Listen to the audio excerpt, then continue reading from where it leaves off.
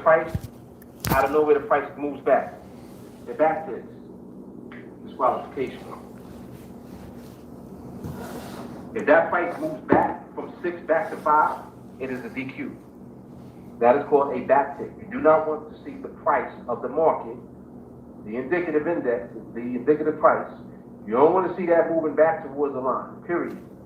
If you see a backtick, it's a DQ. Mind you, the market is giving you time to wait to see if it's going to do that because you still have favorable pricing on the option. This is the purpose of that 17. On the buy side is the purpose of that 83. 17 don't mean, well, we want to take it at 17. 17, again, I'm doing this so that you're clear on what you're doing. If you don't get off of that table, 5 to 8 is not 1. This cat is on the table. 3. Get off If it of went it. from 5 to 8, it's too fast. You're choked out. It should go from 5 to 6 to 7 to 8. If it's going to go from 5 to 8, it needs to go there 1 micro pip at a time. Let's say it started out at 1 micro pip away from. Depending on how I'm trading for that week, it'll be so many withdrawals, I'll lose track and be forgetting about withdrawals. So by the time they hit in the bank, it's like, oh shit, I forgot about that money. All right, if you guys are just making your way on, please make sure that you like the video. If you're on YouTube, like, subscribe to the channel if you are not already. Share the video. When you subscribe, make sure that you turn on the bell notifications so that you get notified when these live streams are on. If you are on Instagram, make sure that you like the video and be sure to follow the page. Okay.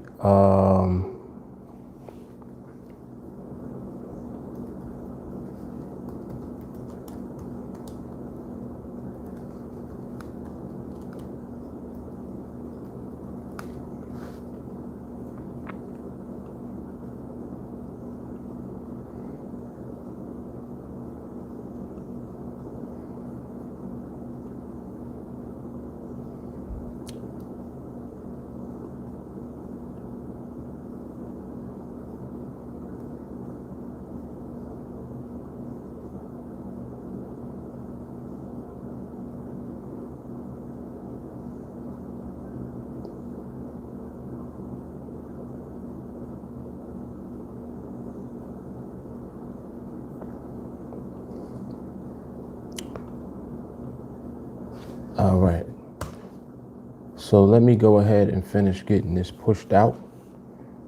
So again, if you guys are just coming on, make sure that you like the video on YouTube. Subscribe to the channel if you're not already. Make sure that you turn on the bell notifications. Also, share the video. If you're on IG, like the video, follow the page. For those of you not in TA, you can join the TeamAlliance Facebook group, the public group. When you get into the group, you'll get notifications also, because when I go live, I put them in there as well. So just make sure that you cover all bases so that you get notified when the lives come on. Okie doke. All right.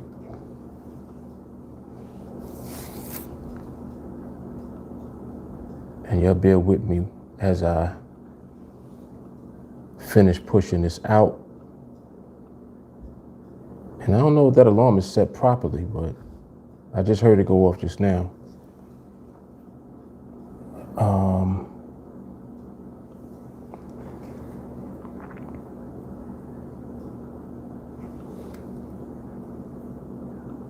Yeah, it is set well. Okay, so alarm is good. My audio should be good everywhere. And I got one more thing to do, and then we'll go ahead and get started. for today.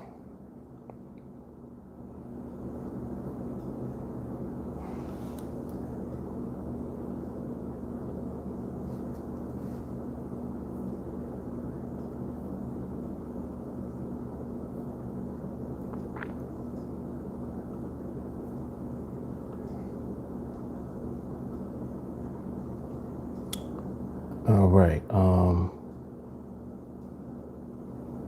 Yeah, so we should be good. We should be good. All right, so let me find a chat.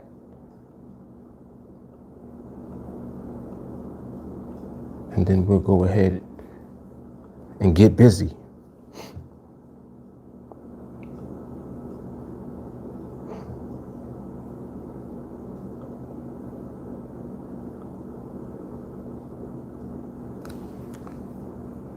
Yep.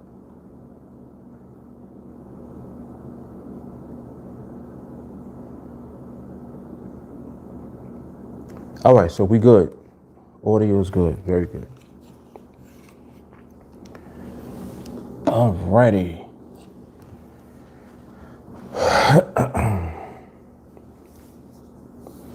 All right, so let's see who we got in the building with us. I see Sharonda on IG. What's up, Sharonda? We got Ozzy in the building. Jelani, Jeffrey. Maui Jeffrey. Damon is in the building. Charles, Ashton, Nico. Don was cracking.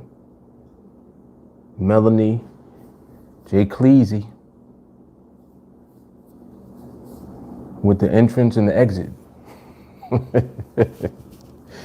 She got to get back to her calls, I'm sure. All right.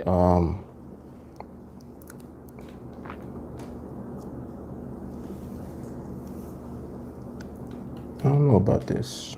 I guess it's the right one. It don't matter. All right, so Mo is in the building. All right.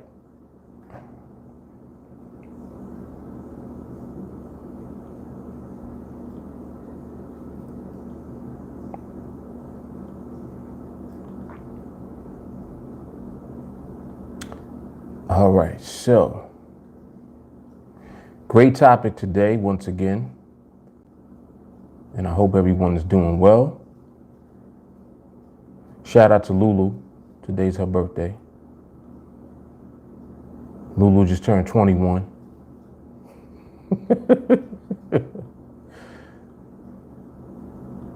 Shout out to Lulu.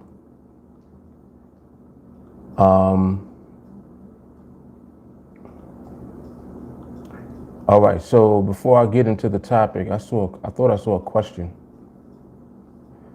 Teddy, what's good?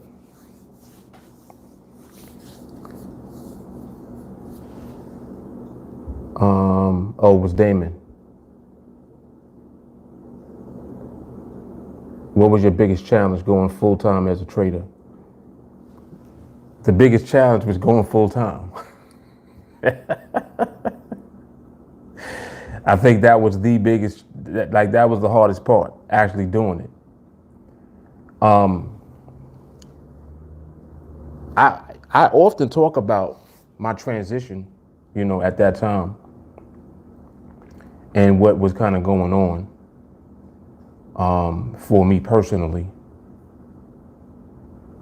And the one thing that I'll say that I did in advance was I prepared to be full-time. So I was already moving in a way where I was in financial position to be full-time because I had already been trading. So I would say that the one thing I did make sure of was that I was already making more than enough to be full-time. So by the time I went full-time, there was no change. And I mean financially, there was no change. The biggest thing that took place was probably the transition as far as time goes. It was like a huge amount of time now that I have available every day because I don't have to go to a job. You know, wake up whenever I wake up, get on the charts, do what I do, make some money, and then go on about my business. You know? JT, what up? So I think that the biggest part of going full time is really separating yourself from the workforce. Even when you're in financial position to do it, it's still kind of, you know, it's not that it's scary, but it's something new to you. So you're just like, man, wow, man, I'm really gonna do it. You know, so it's kind of like just actually doing it. But I would say that you would want to plan ahead as far as having things in place. You know, you want to have like a little nest egg. You know, you want to have money already put away that you've earned from trading. So in other words, you don't want to go full time and put yourself under pressure to have to make money all the time. You understand what I'm saying? Make money while you are on your job. Work on getting into position before you leave your job. So by the time you leave your job, you're already in position. You already got a little nest egg. You know, you're putting things in place for when you sever yourself from your employer. You know, like getting your insurance, your health insurance in place, stuff like that. Like I did all of that. I did my research before I even left the job. I looked into health insurance, life insurance, you know, all of this stuff like beforehand, so that by the time I transitioned and separated myself from the job, that was it. It's like I wasn't worried anymore, you know, like I didn't have to worry about anything, put it like that. So I would say that that's probably the biggest challenge, is really doing everything that needs to be done to prepare for when you go full time and when you sever yourself from the workforce, from your employer. But that's a good question. JT says, scary part is not knowing when you're going to get when you're going to get paid at first. That's why it's awesome. It can be compounded up. Yes. Yeah, see, like for most people,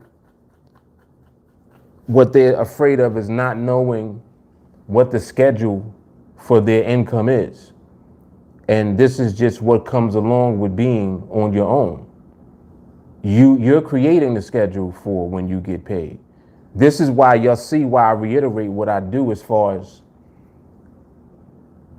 developing this skill set, then taking your time, getting yourself in position. And then once you're in position, it's like one trade, two trades, it's like more than enough income for you for a period of time. If you know, just think about that for a second. If one trade covers a month or two of your bills, that's huge.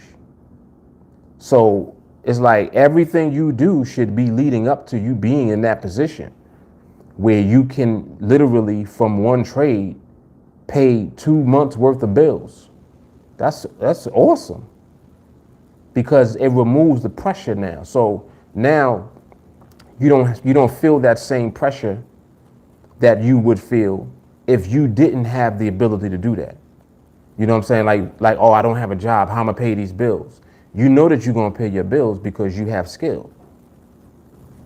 You know that every time that you take a trade, bills are paid. Boom, just like that.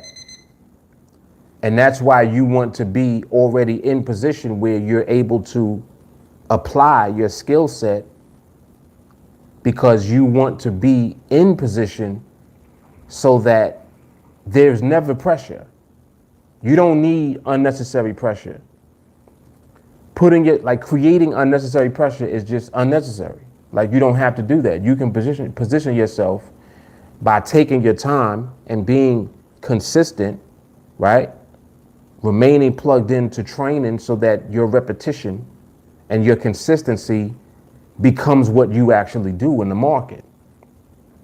You see, instead of being under pressure and worrying all the time, you switch up the whole dynamic and you put yourself in a situation where you're not worried. you're never worried. You understand what I'm saying? And that's powerful to be in that position. I mean, like, I think I had showed y'all some of like the withdrawals I used to make from when I was doing Forex. Insanity. It's like I had everything. I was in position. I had everything that I needed. Every day I knew when I traded, that was, 1,500, 1,000, 2,000, sometimes 5,000 on one trade. One trade. So I would be trading multiple times because I was way more active when I was doing Forex than I am now. Like now I sit back and I kind of, I enjoy my time because I have a family. At that time, I didn't have my family yet. I didn't, like my kids weren't here yet. This was early. So it was a different dynamic at that time. So I had way more time and I had, the ability to have more focus, and I kind of wanted to do more at that time. As I got older, I want to do less. I don't want to do more. So I made sure that less is more. You see, now, yes? Okay, he's out there. Now it's like I made sure that less is more. In other words, me taking fewer trades is more money. You follow me? So like this is part of the challenge of becoming full-time, is just establishing the way that you want to operate your business. He's riding his bike. He's not out there. Is the bike there? No. So he's riding his bike. So I don't see him. Why would you see him if he's riding his bike? I don't know. So, yeah, I would say that is the biggest challenge. But that's a great question. That really is a great question. I don't even see if he's over there. You can go. Go ahead. Behavior specialist. Torrey, what's good?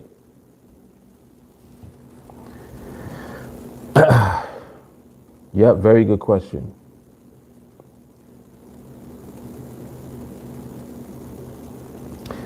Teddy, where were you working at before you elevated? My last job was Verizon. I used to work as a repair technician. You know, the dudes that drive in the vans? I was doing that. When I started at Verizon, I was a splicer. So we used to drive the big trucks, the big cube trucks and the bucket trucks. And we used to be like in the manholes and stuff like that. I didn't really like that. So I was glad when I had a chance to switch to doing installation and repair. So installation and repair is what I was doing in the van. And it's funny too, because I remember at that time when I had bought my laptop, I had my own personal laptop. Like a lot of people that were veterans, they had the computers that the company gave them. So I'm driving around in the van with my own laptop. They're like, whose laptop is that? I'm like, this is mine. Like I had a Dell. You remember the Dell laptop? It was gray with the kind of blue circle for the logo on the back, and it was mad heavy. I had a couple of those, so I used to drive around with my own laptop, and they used to be like, what are you doing? Between watching movies and looking at the charts, like I was trading. They didn't really know that I was doing that, and they didn't understand. I'm like this is my ticket up out of here. So I don't know like what y'all think I'm doing, but I'm literally trading as I'm working. So that's what I mean about like putting in the work while you have your job. Because I was putting myself in position before I left the job. I didn't depend on anything from the job when I left. I wasn't afraid. I wasn't nervous. I wasn't concerned about money. I wasn't concerned about where my income going to come from. I was already making money. I already had a nest egg and everything to the side from trading money, not from the job. You understand? So that's the one thing I would make sure that you definitely want to do, is to take advantage of every opportunity that you have while you're working to train, put yourself in position, and to just make your moves while you have the job. You know, like don't let the job be something that's in your way. It doesn't have to be, because the way that we train and what we do can be incorporated into your lifestyle, you know? But yeah, that's what I was doing before I left. I said full-time transition, oh, excuse me, is exciting. I'm not gonna front, to be honest. I almost felt wrong making substantial income. It's like, damn, I'm making serious money, but then again, if money gonna be made, it should be me. That's a fact. That's a fact. It's funny too. I remember like when I had first, cause I was younger. Y'all have to realize this was in 2006. So how old was I then? This was 2020. That was 14 years ago. So 14 years ago, I was like, how old was I? I was almost 30. Or was I over 30? 14. What's 42 minus 14? I was 28. Yeah, so I was 28 years old. Like, so I was still in my 20s, late 20s, but I'm in my 20s, so my mentality is different. You know, I'm doing more flossing. I'm fronting and doing stupid young dude stuff. Walking around with $1,500, $2,000 in cash in my pocket, like for no reason. You know, just like doing silliness, but like just enjoying the whole experience and like realizing what it was that I was doing. I'm like, Dad, I'm making good money, and I don't work for nobody. Like, I work for me. So it is very interesting when it hits you for the first time that you literally don't work for nobody at all. Like, you don't have to get up, go to work. You don't got to clock in. You don't got to talk. You don't have to report to nobody. It's a different dynamic altogether. That's the exciting part of it. What becomes scary is the fact that you're relying on you. Like, so everything that you're doing is 100% on you. You understand? That means everything. Like, so whatever it is, whatever situations come up, whatever things you got to deal with, it's on you. You can't depend on nobody else, you know. And this is on every level. This is why I said earlier, like, you know, health insurance, life insurance, you know, stuff like that. I looked into before I left the job because I wanted to make sure that I was secure. Not just financially, you know, I wanted my family to be secure, my future family. And I did things and put things in place to make sure that that would be the case. And that's it. Like, so it's exciting, but it's scary at the same time. But the scariness goes away because of your skill. Like, your skill kills the fear, because you know that your skill is what allows you to be in the position that you're in. You know, like when you make money, you make money. You know what I'm saying? Because you put yourself in that position. So I would say that that's very powerful and very exciting. Sadiq, was the protocol perfected yet? What I was doing in Forex, absolutely. Yeah, hell yeah. Yep. The way I was trading in Forex, yes, it was. I knew exactly what I was doing. Yeah, ain't nothing wrong with it. He was living life. He said, I'd rather hear that story than the lame story. It's real. I agree. Yeah, man, I was living. I remember for my birthday, I forgot which year it was. I think it might have been when I was turning 29 or 30. But it was early, right after I had left the job. And some of the dudes that I used to work with, they were like, yo, let's go out for your birthday. So we went out, and somehow we ended up at the strip club. I don't know how we ended up there, but we ended up there. And it was a very interesting experience, I'll say that. It was a lot of fun, actually. It was actually a lot of fun. You know, we wasn't wilding and just doing all type of craziness, but you know, it was fun when you're young and you just are doing what you're doing and moving how you move. It feels good when you just able to do do what you want to do. You know what I'm saying? Like, There were and I'll never forget, there was a couple of dudes there that I didn't know. Like they were mutual friends of my friends. They knew them, but I didn't know them. So they was in there, and it's like they ran out of money, and I was like, "You ran out of money? What you mean you ran out? You better go to ATM or something." It was like, "Yo, nah, I'm a little tight right now, blah blah blah." So it's like just me being who I am because they was with us. Like I just, we were just like literally throwing money around. That's how much money that there was on deck. And it was like just carefree, like just not caring. And that aspect of it feels good when you know that like that's not you. You're not the dude that's like, oh, I'm tight right now, oh, I don't have it. Oh man, I wish I could. You never in that situation. It feels good to not be that dude. So I'm using him as the example because just now JT said, I'm glad that your story not lame. And I thought about him just now when he said that, because I'm like, yeah, that kind of was lame. I would have definitely hated to be him. But it was interesting. Yes, it was.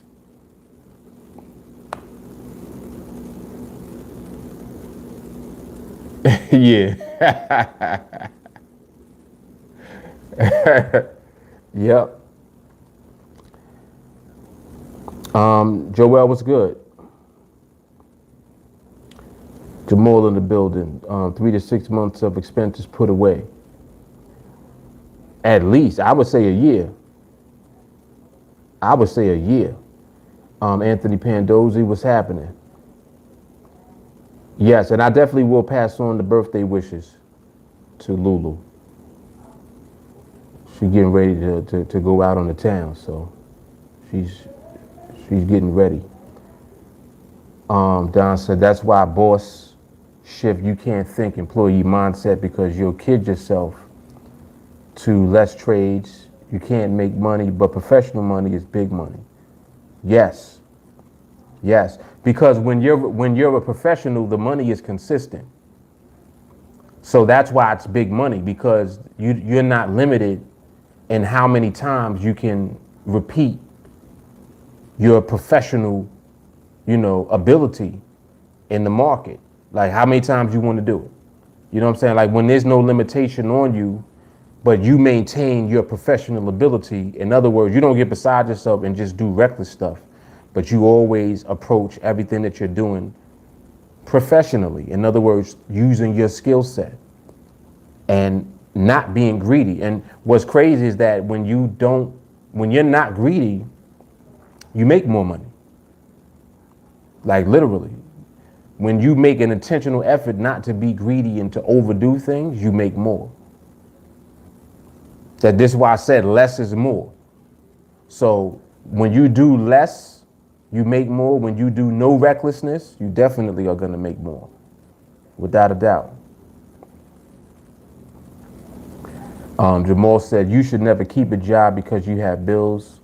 You were not created to pay bills. Focus on elevation to be your own boss. Yes, 100%. Don said, when one trade makes up your whole month, you don't think time for money. Right.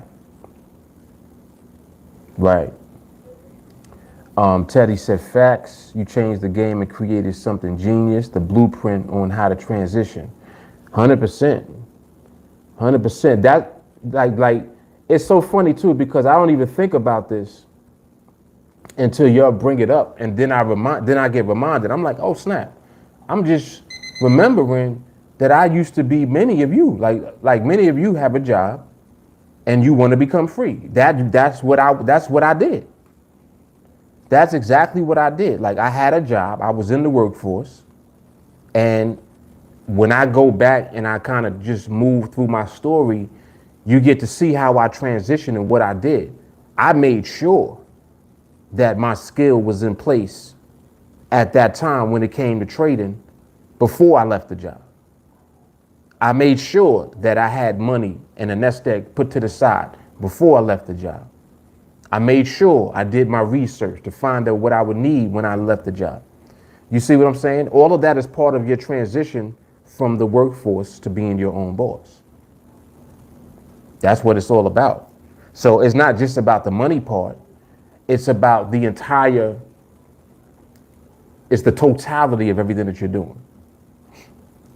It's the totality of it, so it's important, really, I believe, for people to understand what it takes so that you know what it is that you need to do right now. Not for necessarily what you're going to need to do when that comes. It's like, what do you need to do now to be prepared for when that comes? That's the transition. And that's why this is powerful stuff, man. This is powerful stuff. I didn't even realize that. I'm just realizing just now as I'm talking. I'm like, oh, snap. I'm you.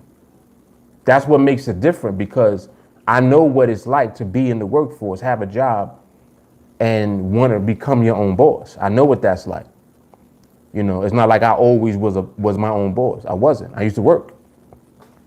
But I can go through the mindset, the thought process that I shifted into when I knew I was going to transition to becoming my own boss.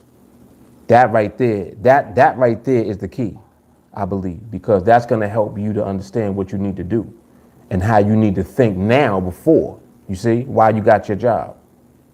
Yeah, this is good stuff. Yep, this is good stuff.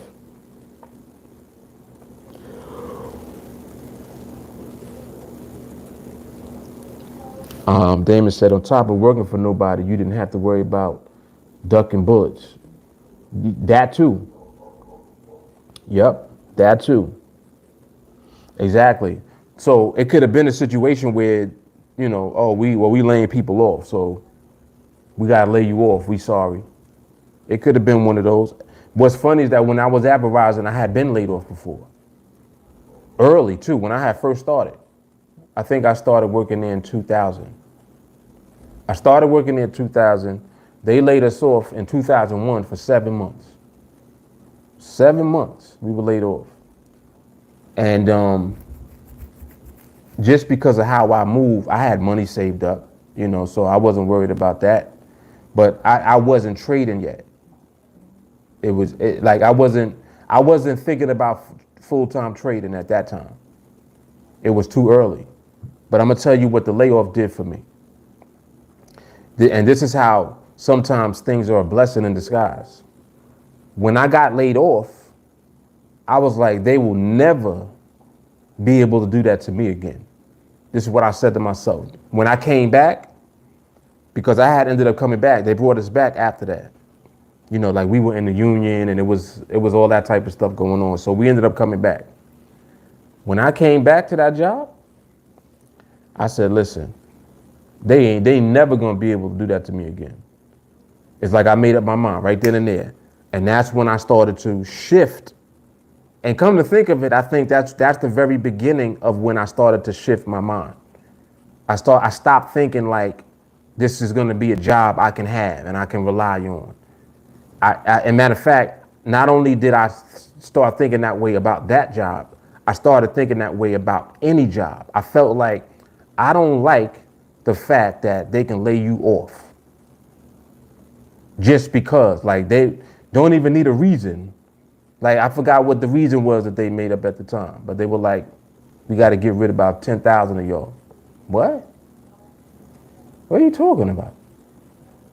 And of course, they're going to take the ones with the least amount of seniority. So I had just started the job. I only was there a year. Got laid off in the first year. I was like, what kind of shit is that? I'm thinking this is going to be a great job. This is a job that people were telling me about, and it's great to work for the telephone company, and, you get benefits, and you get the top pay, you good, all of that. I'm like, I didn't even get a chance to get the top pay. They laid me off after a year. The hell? So for me, that was a blessing because, like I said, it forced my mind to shift. In that moment, when I came back to that job, I said, when I leave here, it's going to be on my terms. I'm going to leave. You're not going to fire me. You're not going to lay me off. That was it. And I made up my mind. So that was early. That was like 2001. Then or it might have been 2000, either 2001 or 2002. By the time I got to 2005, in 2005, I hit top pay. And top pay with with Verizon at that time was like 35, 34, $35 an hour, something like that. So we were making like, with no overtime, you making like 70. And we used to work overtime. So with my overtime, I was making like 85,000, right? And I remember as it got closer and closer, 2006 came, and I was like, I'm ready to go. I was like, I'm ready to go. So I was like, you know what? Let me put everything in place. And when they offer, because what they used to do from time to time is offer these severance packages. They literally would pay you to leave. I was like, you know what? I'm gonna wait for them to pay me. Y'all motherfuckers are gonna pay me to leave. How about that? Before y'all laid me off, I didn't like how that felt. This time, you gonna pay me to leave. So I'm like, see, everything switched around. So I was like, yes, that's how I'm gonna do it. So I decided right then and there, and that, because this was like 2005, 2004, 2005. They did a severance, and I didn't take it at that time. Then I was like, the next time that they do it, I'm out. They did it again in 2006. 2006, I was ready. I was already prepared. This is what I'm saying. Like, I was already preparing. I had all of my trading where I needed it to be, putting money to the side, building up the nest egg, insurance, life insurance, putting everything in place. When they had that severance package and I got that shit in the mail, I said, yes, it's time to go. Sign all the documents, send it back. They told me when the date was when I was leaving. I think it was September. It was September of 2006. And I'll never forget that. When I went into the office that day, nobody knew.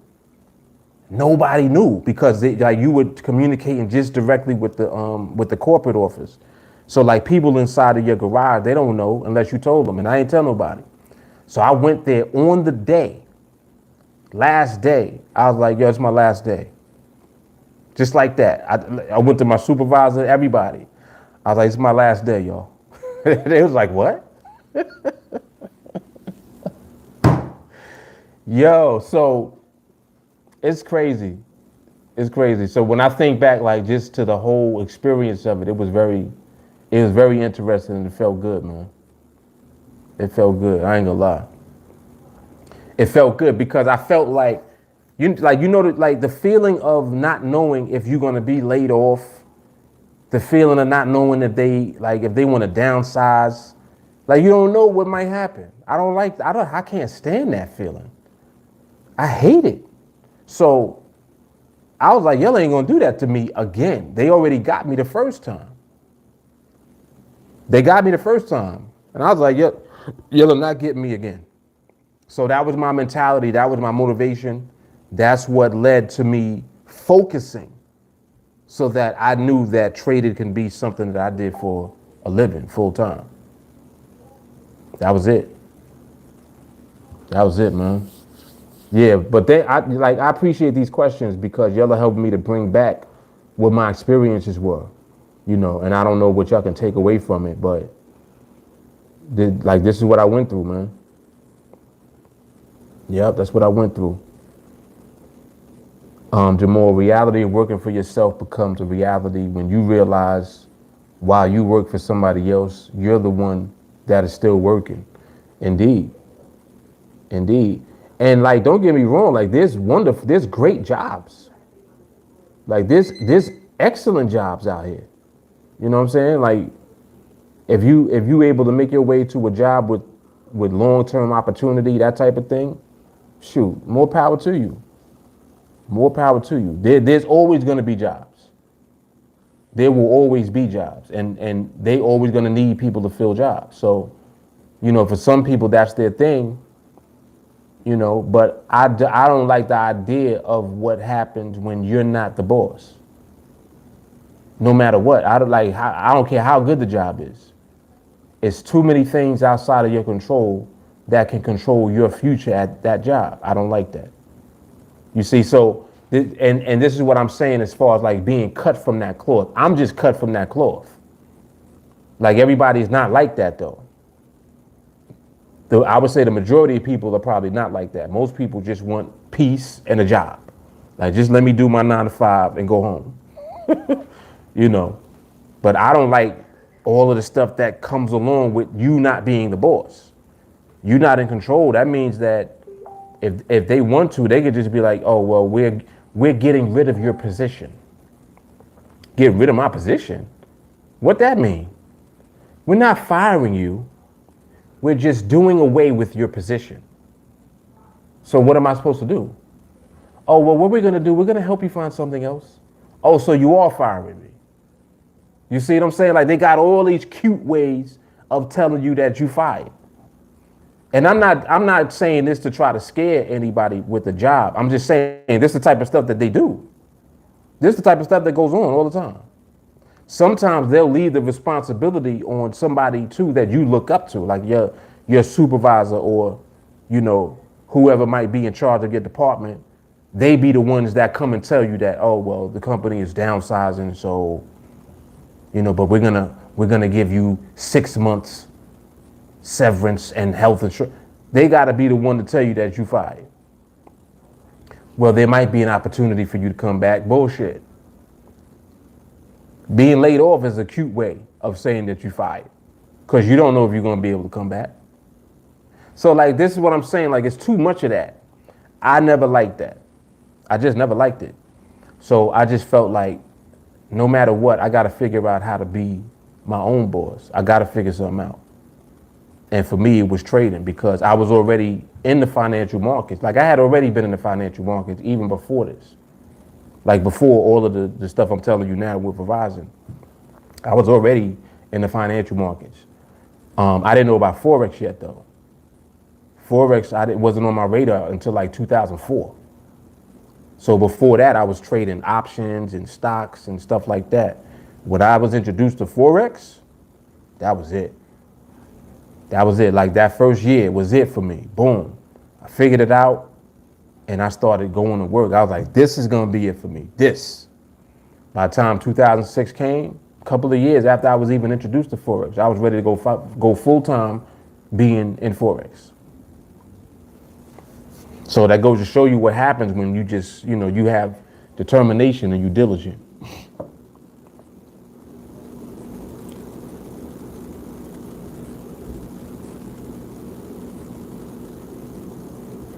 Yep. JT said the job is a catalyst, a means to transmute to the next chapter. Right. Full-time trading. Torre said even when you're the boss, there's a lot of things out of your control. And that's true. That is true. The one thing that is always in your control is what you do as the boss.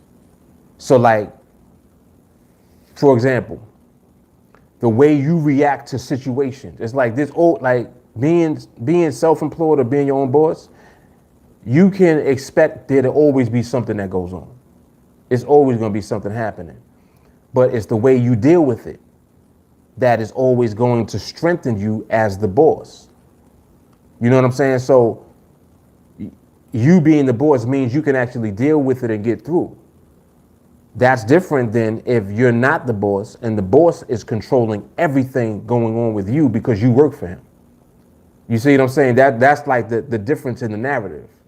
So I don't like that narrative and I dislike that so much. I would rather deal with stuff being the boss and figure shit out.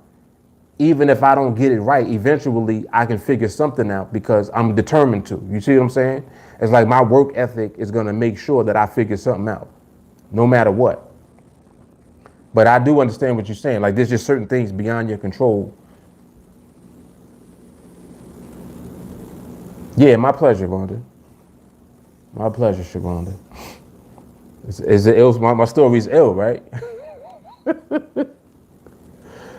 It is ill. It is.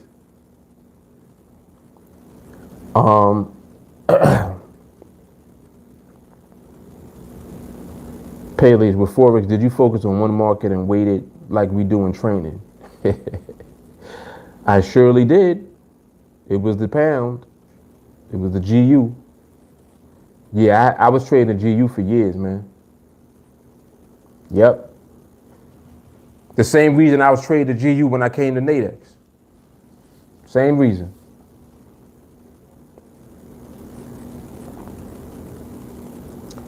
The euro looks pretty slowish right now. Trying to see if it's ranging. I think that it is ranging, and it looks like it is also stabilizing. So the EU's looking pretty good.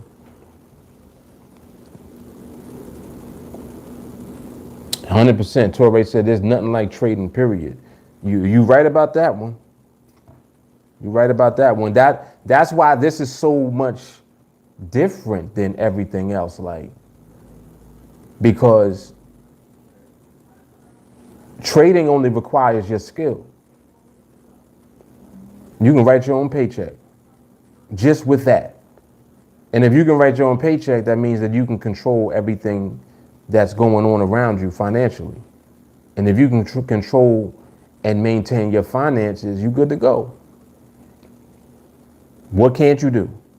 There's nothing that you can't do. When your bills are paid, you know, when you have no limitations as far as what you can do, where you can go, how you can travel, what you can drive, you know, your family's taken care of, you can eat, you can give, you know, charity, you can share. You got money, you know what I'm saying? Like, there's so much that you can do, to keep it going. The more good that you do, the more good comes back to you, period. So that's why I always keep this going. Like, this is what TA is. And that's why everybody gets blessed from TA. And that's why I keep getting blessed. And I keep blessing everybody through TA. That's it. That's it. Because, like, this is crazy what everybody is here learning. The life skills and the life lessons and the market skills and the mindset and everything that we learning here is crazy. Like, this is the stuff that is setting your life up for success. Without a doubt. Like that's not a question. You understand? This is what everybody knows. Everybody knows what this is. Like, you know, being here is setting you up for life. So anything that you see, anything that you hear, just like when I tell my story, it's like, oh man, that kind of sounds like me a little bit. Yeah. Yeah, exactly. Because I am you. You see? I am you. And I'm showing you what you'll do when you commit. When you commit and you just go all in with what it is that we do here, it's inevitable what's going to happen. It's not even a question.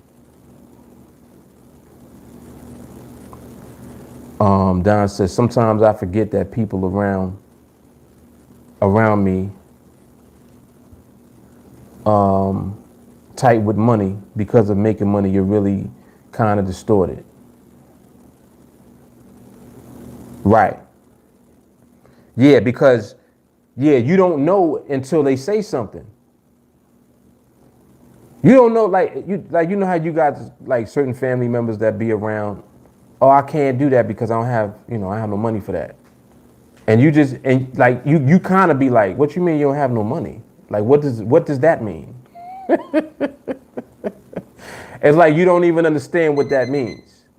So you have to come down and like, wait, let me just think about them for a second so I can understand what they're saying. Okay, I get it. You don't make a lot of money at your job. You don't have a lot of, extra disposable income. I get it. Don't worry about it. I got you. You know what I'm saying? So, but yeah, I totally understand what you mean by that. I totally understand. It's like it's hard to understand being broke when you're not. But what's funny is that I know what it's like to be broke though. But I always knew, even when I was broke, that I wasn't going to remain broke. You understand? So even when I was broke, I wasn't broke because I never was mentally broke. Never. I never accepted broke, even when I didn't have any money. And what's funny is that even when I didn't have money, I still had a little bit of money. Because I would do what I could with what I had, with whatever I had at the time. And that's just being resourceful, figuring, you know what I'm saying? Like, so figuring it out, man.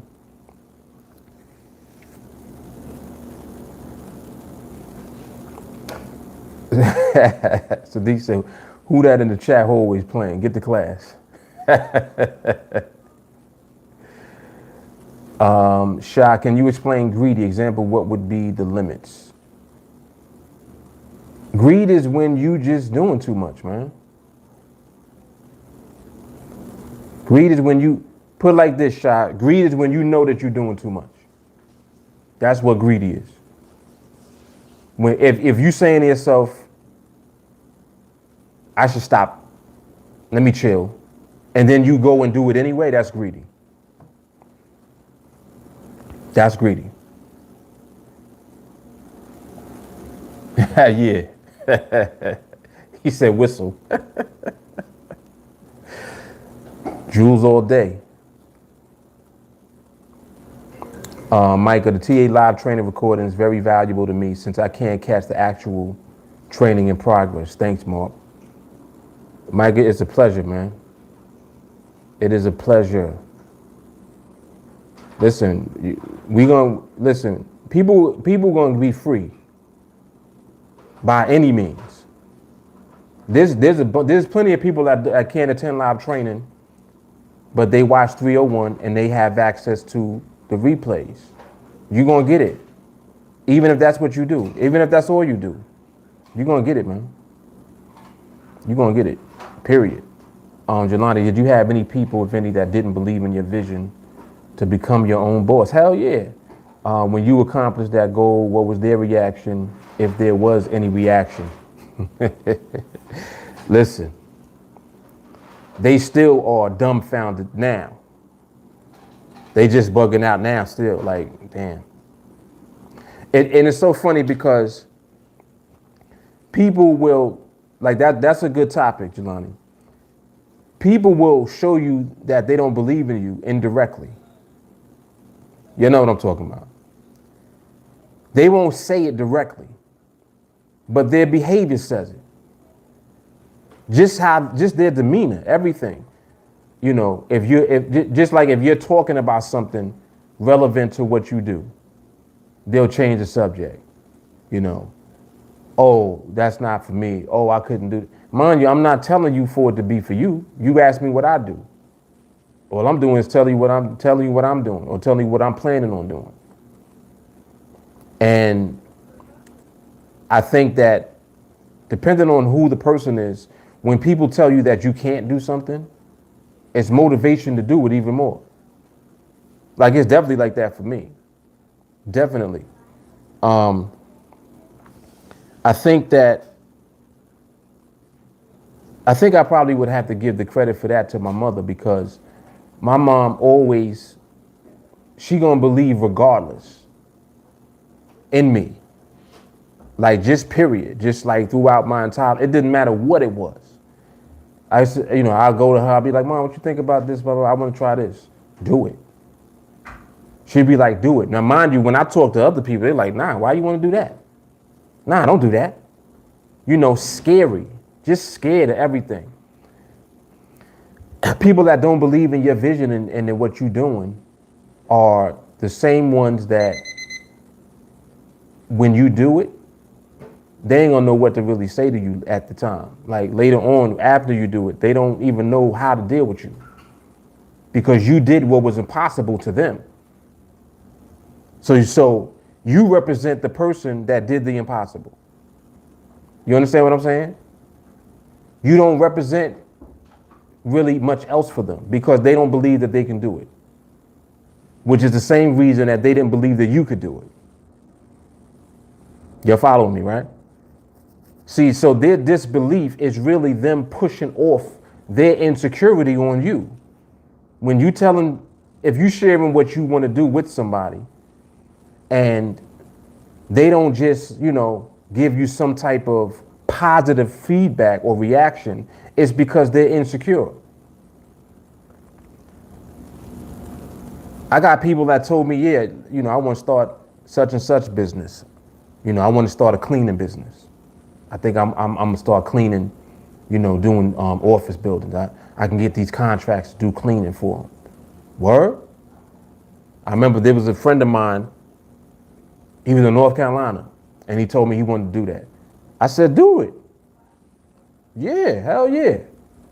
He was like, yo, you think, like if I start that, you think you can help me out and, like tell folks, blah, blah, blah. I was like, of course, no problem. So now, mind you, damn, he said to me, you the only one that ever said that. So again, he was telling people he wanted to start this business and nobody believed in him. Everybody was like, you stupid for leaving your job and this and that and blah, blah, blah. I'm like, nah, man. Nah, if that's what you want to do it. And do it 100% and don't listen to nobody else, period. Like nobody else is going to be there when you succeed. Just like if you ever down, nobody be there. You ever notice that? Like when you in a jam, ain't nobody around. Mind you, the same people that got their hand out when they need something from you. Nowhere to be found when you in a jam. Right? You could tell them and everything. Yeah, right now I'm in a bad situation, blah, blah, blah, blah, blah, blah, blah, blah. They ain't reaching out. Yo, you need something? You need help? Let me see what I got. Hold on. Let me see if I can help you out. They never doing that. But you did that for them now. See? So I would rather be the lender than the borrower. I'd rather be the head than the tail. You understand what I'm saying? So I don't have a problem with when people don't believe, because I don't need you to believe for me to do it. Hold on, we got to run that. Oh, hold on. I don't need you to believe for me to do it.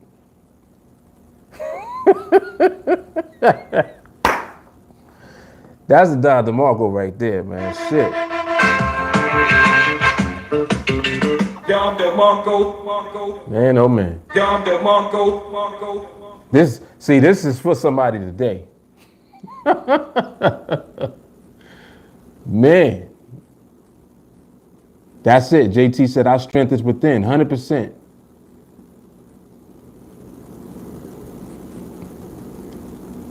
Kalisha, what's up? He said, why everybody in the hood want a laundromat?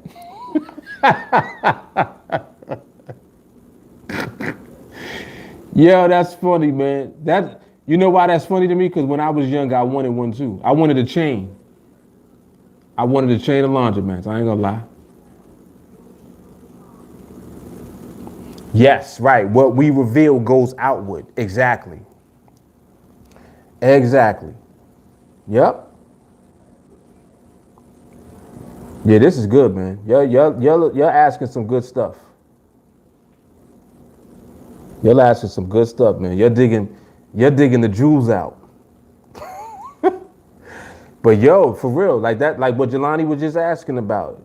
Like what, what's their reaction now? Like when they see now, they know it's like, oh man, they doing good. Because they look at me, they look at my family, they look at just how we are living, and they're like, wow. Wow, because now you think back, you're like, damn, I remember when he first started that. In other words, they remember when I first told them about me trading and stuff like that. And now they're like, oh shit, damn. Pulling up in something different when we go to the Thanksgiving meals and all of that, at Thanksgiving dinners. Pulling up different. Like, oh snap. So let your light shine. You know what I'm saying? Like you don't even have to say nothing. Just do it. Just do it. Yeah, this is good stuff though. Miranda, what's up? Sharella, what's happening? Yup, how to fire your boss. Paley said, he said, old jobs suck.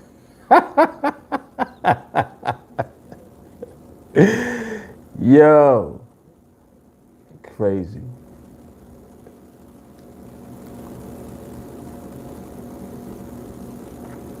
Don said, I absolutely hated working for someone. Allergic reaction, another man writing my weekly prescription. Yeah. Yep. Miranda bossed up, booted and suited. Yep. Yep. Like I see y'all when I see y'all. Ozzy, this what TA teaching, or you suddenly understand something that you've never understood all your life, but in a new way? Yes. Yes. Ashton, were you thinking about YouTube and TA when you left? No. Nah, TA wasn't even in existence yet. Like I'm going way back. Way back. TA didn't come into existence until like, I would say probably like 2015. And when I started TeamAlliance, it just was something that I was using at the time for something else that I was doing online. Like it just was a name I came up with. But I liked the name. And then when I shifted back into trading, when I discovered NADEX, I was like, oh snap. I was like, I need to start documenting what I'm doing. Like that was my thought process. I was like, I need to start recording what I'm doing because I think people can benefit from this. So that's when I started recording my trades. Come to find out, I'm so good at trading and people want to do it. Like I didn't know how many people wanted to trade. I had no idea. Like I honestly did not know that it was that many people interested in trading. And I was like, oh snap, it's a lot of people out here interested in this. And then I was like, man, I wonder why they so interested in it. Then I realized what it was. I was like, oh, they losing. They losing, that's what it is. And then one thing led to the next. And then, TA was born out of that. So yeah, but back at that time, nah, it wasn't even born yet. Yep. 100%, right. Creating what you have now came by default. Exactly. Exactly. Exactly. Yep. Ramon said, cleaning businesses do good with enough clientele and you don't even need that many clients. Trust me, I'm an accountant. Yeah. Yeah, and the same guy that I'm mentioning, he's very successful with it now. And he's like, yo, I just want to, I just want to just say thanks again because you one of the only ones that ever said to do it. My wife was in my ear telling me no and this and that and blah, blah, blah. I was like, yeah, sometimes you got to just do what you're going to do and let it speak for you. You know what I'm saying? Like, because you know how some people like to talk. Hey, man, listen, this is what I'm thinking about doing. I want to do this and I'm going to end up doing that and it's going to do this and blah, blah, blah, blah, blah. You're talking too much. Sometimes you can talk yourself into failure because you done built up all of this hype around what you're going to do instead of just doing it. Don't talk about it.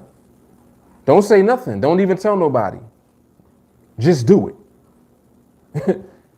Just go ahead and do it. So that way, if it works, can't nobody else take no credit for it. All of that is 100% you.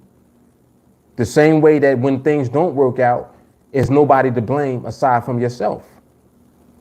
And it is what it is. It's like you see what you might have done wrong or what you can do better or how you can rearrange things to make it work and try it again. I mean, what else is there to do? Try again until it works. Like people don't understand that that's what the boss means. The boss don't mean that you successful right away. The boss means I'm never gonna stop until it works. That's what a boss means. You think all these companies and corporations that are successful were successful their first time doing anything? No. They done tried thousands of different ideas, companies. They hired a bunch of people, had to fire all of them, rehire. No, we got to start over. We need a new staff. We starting over. Shit don't work the first time all the time. But as a boss, your only mentality is that I'm going to make it work. Well, how you make it work? I'm never going to stop. I'm never going to stop till it works. That's it. That's a boss. Now, everybody can't do that. That's scary to most people. Most people are like, what you mean? Well, what if it doesn't work? Up, here you go with your what if shit. Here's Mr. What If. See, Mr. and Mrs. What If, they not boss mentality. They are not designed to do this. Because you what if everything to death. Well, what if it does this? What if it doesn't do that? What if, what if, what if? The boss don't think about what if. Boss is, all right, we doing this. Well, is it going to work? I don't know yet. We're going to see. Oh, it worked. All right, well, that's the blueprint. That's what we're going to do. Let's keep doing this. All right, you sure you want to do that? Yeah, keep doing exactly that. Don't switch it. Don't do nothing different. Keep doing that and we can scale. This is how boss talks. We're going to scale. That's how bosses talk. Scale up. That's boss talk. Because it means you found something that works. So now you just keep doing the same thing over and over again, and then you make it bigger. You don't try to do other stuff. It takes discipline to do that. What does it sound like? What does that sound like? Sound like what you learned in there, don't it? Come on, man. Come on. That's it.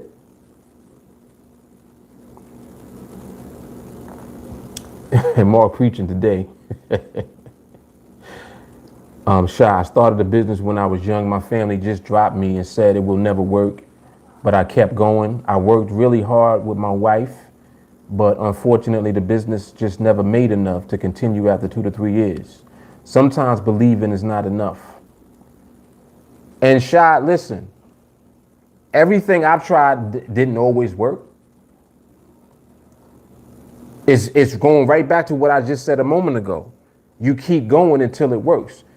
Now, that particular business that you were doing at that time didn't work at the time, and it didn't work for you. That don't mean that you stopped, though.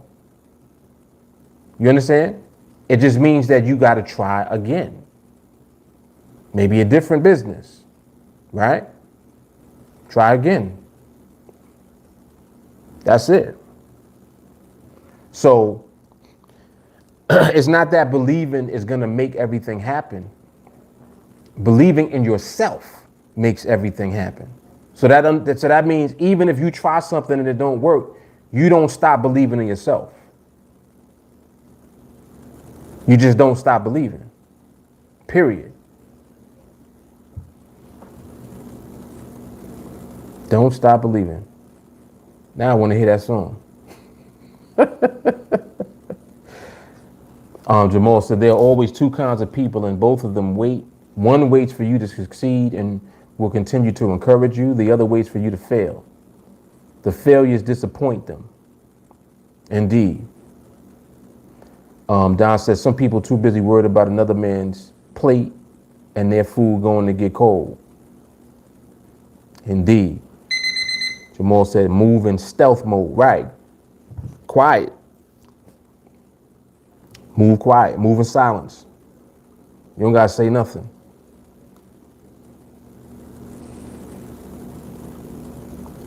Jay Carly, never quit. Quit ain't even in the vocabulary. Like, I don't understand how people be quitting anything. Jelani, was there a challenge in particular that you thought would be a challenge when you became your own boss And now, since you are your own boss, is not a challenge? That's a good question, man. That's a good ass question. So something that I thought was a challenge beforehand, that I feel is not a challenge now after I'm the boss.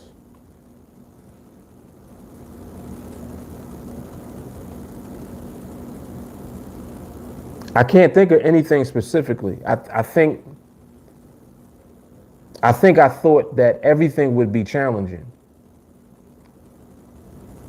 And then after becoming my own boss, I realized that things are not challenging at all. It's just a matter of you dealing with them. So it's kind of like, you know how something comes up and you don't want to deal with it?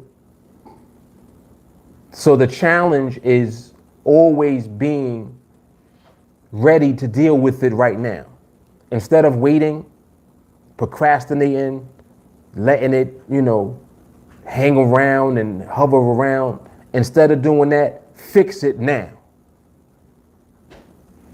I'll give you a good analogy. You know how sometimes regular people, a bill will come out of nowhere, right? I ain't paying that. I'm just not paying that. Mind you, it's a bill you have to pay. But you keep saying, I'm not paying that now. What's that? That's procrastination. So now you say, I ain't paying that right now. And then what it is that bill is for is something you need, though.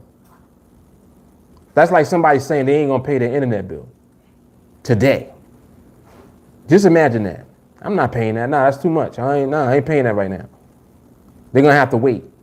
Okay. They're gonna wait a certain amount of time, then they're gonna cut it off. And then what happens is when they cut you off, now you gotta pay the entire balance, plus you gotta pay a disconnection fee. So you paying twice as much as you would have paid had you just paid the bill. But because of you, Mr. I ain't paying that bill right now.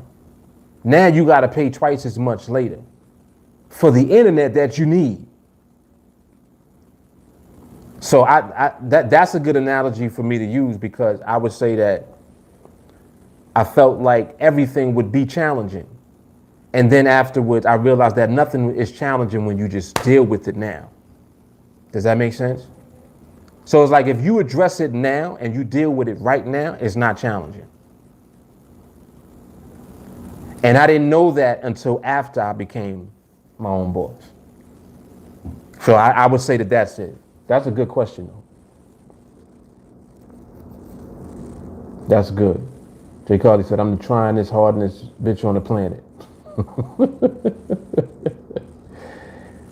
Shy, you can continue, but it depends on funds. If you can continue or find alternative, less overheads, such as trading. Yes, Shy. See, Shy, now you get into it. Now you get into it, because there's always a way. There's always, one of the things that I've always done, anytime I was going to do something, I always would figure out how to not need money for it. Like, does that make sense? Like, we're going to do this. I'm not spending no money. We're going to just do it. Well, how are we going to do it? We got to spend money. No. We got to figure out how not to spend any money for this. How do we do that? You see what I'm saying? So it forces you to become resourceful. Now you have to think. It's like, well, how am I going to not spend any money to do this and still do it? You got to think now. Now you have to become resourceful, because what if you don't have no money? How are you going to make it work? It forces you to think outside of the money box. And I think that that's powerful, because that will allow you to tap into your resourcefulness. Like, you figure out how to just do something without any money. Like, how you going to make it happen without any money? Figure it out. It got to be a way. If you're thinking about it, it has to be a way. So that energy is powerful. And then that's what leads you into things that you can do that don't even require any money at first. You know what I'm saying? Like when you think about trading and what we do, the real bag with trading is the skill. It's not that you need $10,000 startup capital. You don't need 5,000. You don't need 1,000. You don't need 500. $100. $100 is all you financially need in your account, and your skill is the capital that takes that 100 to a larger account, to you being in position, to full-time income. Skill, that's the bag. That's being resourceful. You understand what I'm saying? That's the difference. So when you figure out how to become resourceful, you don't need the money now. You don't have to spend money on anything because your resourcefulness is the capital that you need to create and to build the opportunity. That's why what we doing is so crazy. Crazy, man. That's it. I can, I will, I must. JT said the skill brings the back end, aka the bigger picture, all the way in. All the way in, man.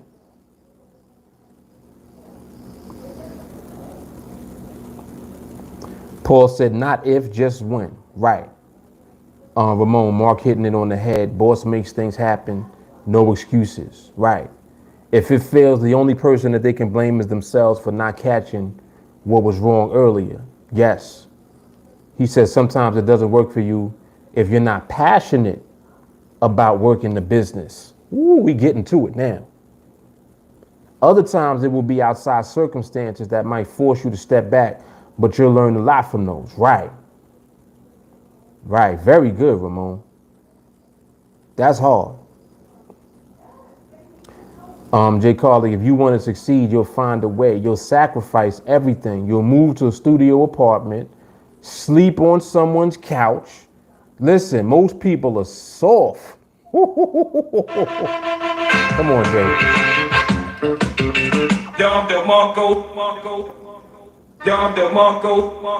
Listen, man. Listen. Shit, sleep on the floor. Put a blanket on the floor and sleep on it. You ain't got a bed? You can't afford a bed yet? Sleep on the floor. Do what you got to do. Like, that's what I'm talking about. But just like Ramon said, it takes passion for you to be willing to do that. If you're not, put it like this, if you're not willing to do everything for what it is that you want to do you deserve it? Whoa. Hold on. Gotta rewind that. If you're not willing to put in everything for what you want to do you really deserve it? Come on now. Y'all know what I'm getting at. So you really want freedom, but do you deserve it? Are you willing to put the work in and do everything it takes to get it?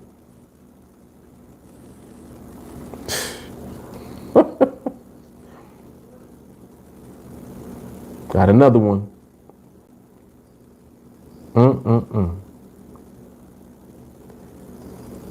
Jay Carly said, we have a former TA member that was homeless. Yep.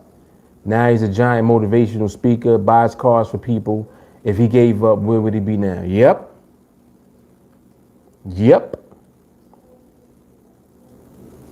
My man AJ. Moments.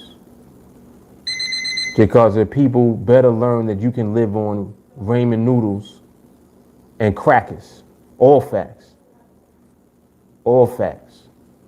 It ain't the healthiest meal, but shit, your stomach will be full. Ramen is cheap.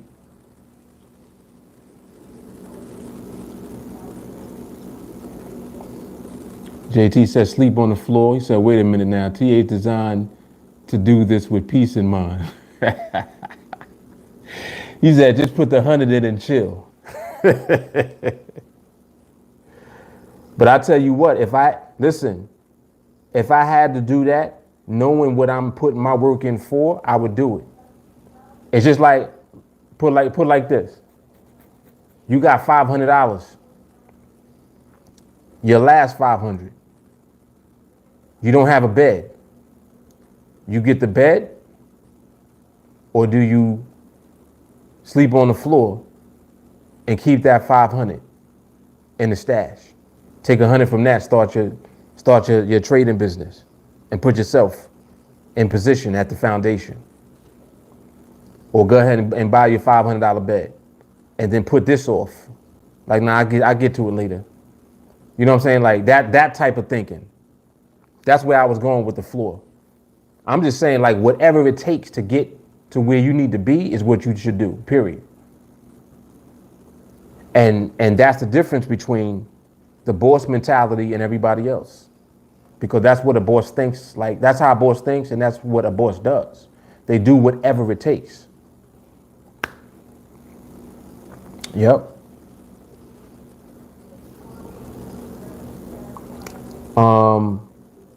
Rhonda have a question. Do you trust hiring a financial lawyer to help assist your business? Do you trust them at all, or should you? Sidebar question. Financial lawyer. I mean, if you're in some type of a financial problem? Or when you say financial lawyer, do you mean like a tax attorney, like that? Or you mean a lawyer? Ramon, Jelani been giving interview questions today. Mark ain't applying for a job now. Oh shit, Jay Carter. The difference with what we do is it takes zero money to start with mindset. Bam! $35 a month for training and $100 to start your freedom. You can give blood to get those funds. Bingo. It's like that ain't even no money. That ain't even no money. And that's the whole point. That is the whole point. Yet you can take that blueprint and create a six-figure business, six-figure career, six-figure lifestyle for yourself by actually putting in the work to do it. Like working on your mindset every day, training every day. You understand what I'm saying? That's the work. That's what's putting you ultimately in position to where you're going to be, to accomplish that at the end. And you're really doing it. Like, it's not like you get lucky doing it. You're doing it because you're becoming the process to do it.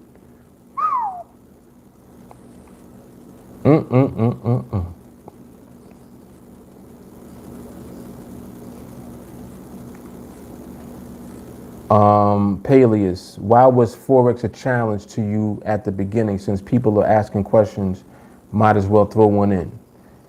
I think that anything is a challenge at first because you got to figure it out. Like, you got to figure out what you're going to do. So it wasn't really a challenge. It just was something that I had to figure out. You know what's funny is I don't look at things as a challenge. I look at everything as I got to figure it out. Does that make sense? Because when you say, oh, this is just going to be a challenge, it's like you're kind of saying like this is going to be difficult or hard for me to do, and I'm not sure if I could do it. That's kind of what challenge, it has those type of tones to it to me, which is why I don't really even use that word. It's like, all right, this is it. Figure it out. You understand what I'm saying? It's like, figure it out. That's how I approach everything. I remember at the time when I was doing Forex and I started looking into like indicators and scripts and EAs, I was clueless. I didn't even know what I was looking at. By the time it was said and done, I created scripts. I was able to create them from scratch. I built an EA. Someone had offered to build an EA around what I was doing at the time, and they built it for me. One day I started looking at the MQL file. Some of y'all know what I'm talking about. The MQ4, whatever that shit is called. Like the actual, the programming information, the language. I started looking at that and messing around with that and started figuring out how to do stuff. I didn't read no books. I ain't looking no videos. I didn't go to school for it. I figured it out. How do you do that? How you just figure something out? That's what I'm saying. So to me, it was like trying to like read Chinese at first. I'm like, I don't know what none of this is. But as I'm looking, stuff is starting to click, click, click, click, click, click, click, click, click. Next thing you know, I understand what I'm looking at. Next thing you know, I'm programming the EA myself. Next thing you know, I'm creating my own scripts. Had no idea what I was doing. Didn't read no books, no videos, no nothing. Just figured it out. So that's my approach with everything. Figure it out. You see what I'm saying? Minhas, what's happening?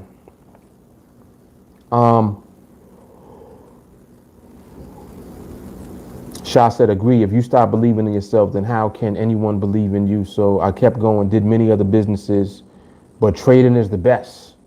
Only wish I started this much earlier or discovered it sooner.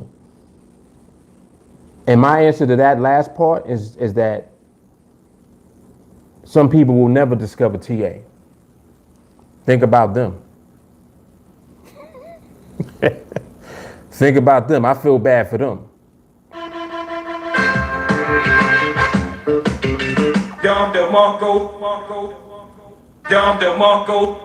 It's a bunch of people right now trading and losing that ain't never going to run into us, unfortunately. Imagine if that was you. Just imagine that. And that right there helps you to have appreciation for the fact that you actually have the blueprint now. You know what I'm saying? So that's what I do. I always think like that. She right on my same wavelength. Yep. Pick up some bottles, mow lawns, babysit, do hair. She said, get 3 jobs. That's it. Do what you gotta. Jelani, I was thinking a while back that when I become my own boss, that a challenge for me would be to not be lonely, but I'll never be lonely with having TA. And my circle will change and I will embrace it. Yep. Yep. J. Carly, I feel that several things, this ain't one of them. I will make it. Period. She said, Jelani, you'll never be lonely. You got me. He's like, don't remind me, please.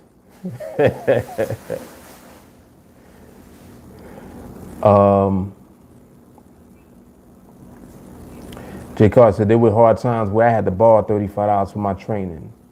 She said, shit, you better call your mama.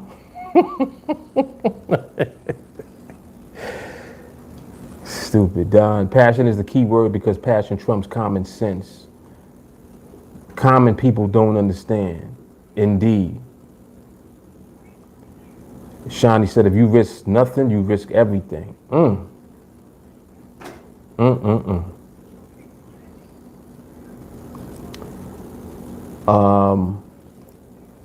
Ben, would you scale up in Forex or is it too risky? Yeah, I would scale up.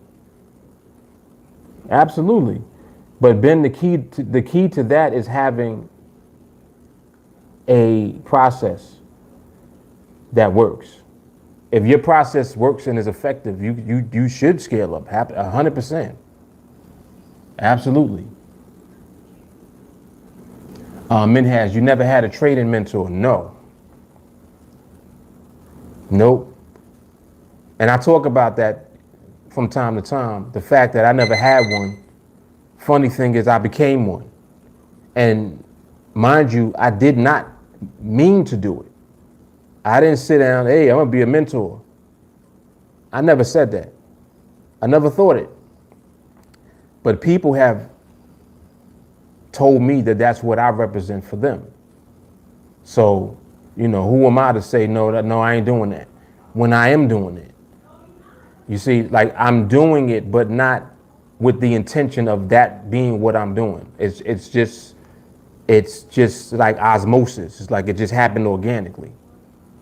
And the funny thing is that in my mind, the way that I am and the way that I talk and communicate is exactly what I would want from a mentor if I had one. I'm like, if I had me when I started,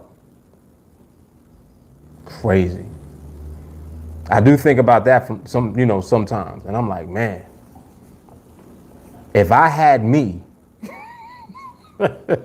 you may not ever know me. Cause I'd be over, I'd be done had an island somewhere or something.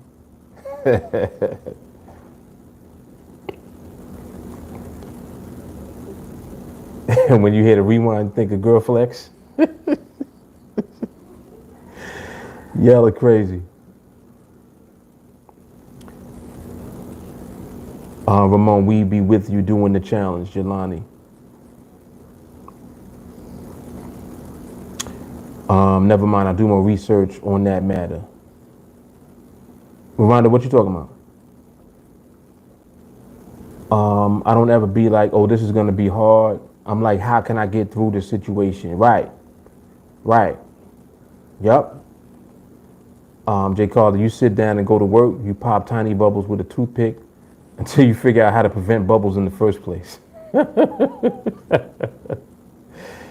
Figure it out.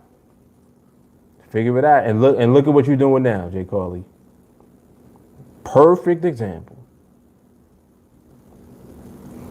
Figured out how to pop the bubbles by preventing them. Forex and credit is powerful.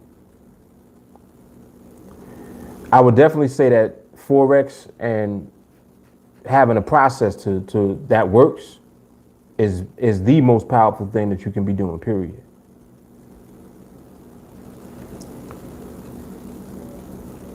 And to be more specific, I would say NADEX and the 5-minute binaries, because that's what I do. But yeah, Forex is a powerful thing because Forex is the largest market in the world, the foreign exchange market. And that's why I really enjoy the way NADEX set up their platform, because they're using the Forex market as the underlying market that these instruments are based on. So they created like a sub-market by creating the binaries. Now there's an instrument you can trade based on the Forex markets, but the way that you can scale up with it is crazy. It's crazy, man. Like, it's just crazy. It's crazy. Nico said they'll run into us, but we're going to take their money. Adam, what's happening?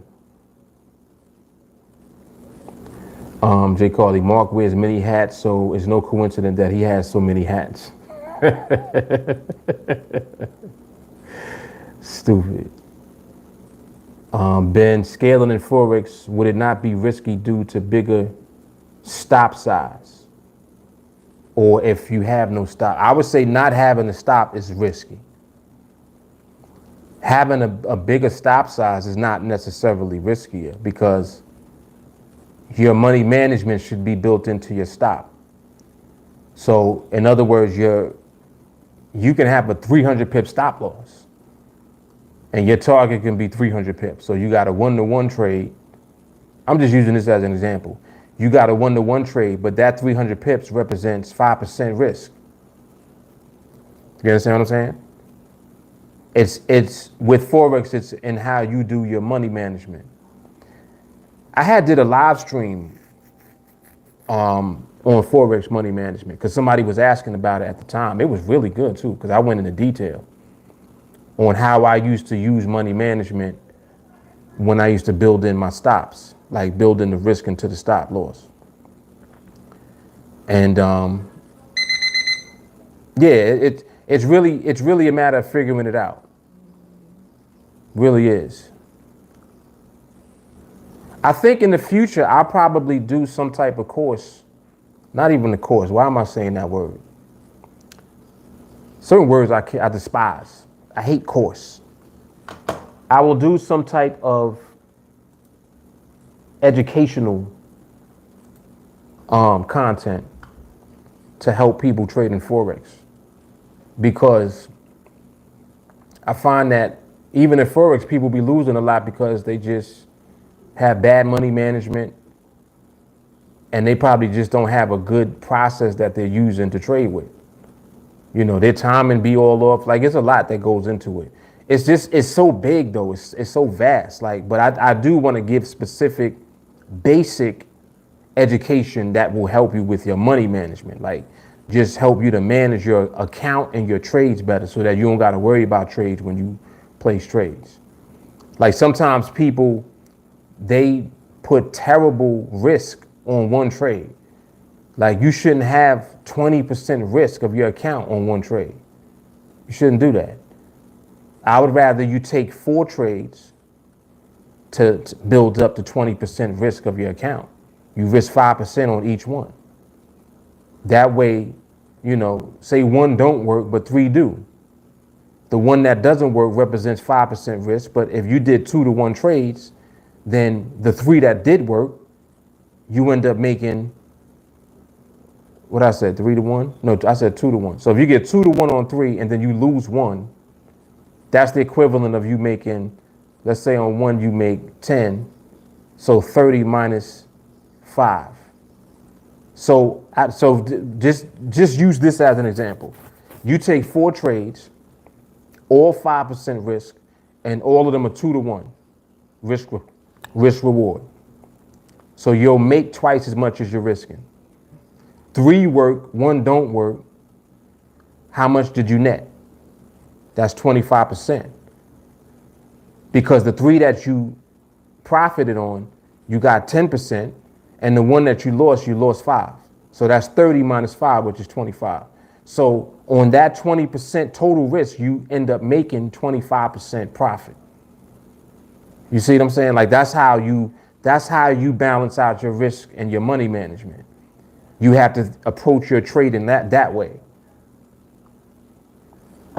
Instead of putting all 20% risk on that one trade that lost. Yeah, but I had a 2-to-1. Okay, you could have made 40%, but you lost. You see what I'm saying? You could have made 40%, but if instead you put it on 4 trades instead of 1, if 1 don't work for whatever reason and 3 do, you still made 25% profit. That's how you have to arrange your money management that way.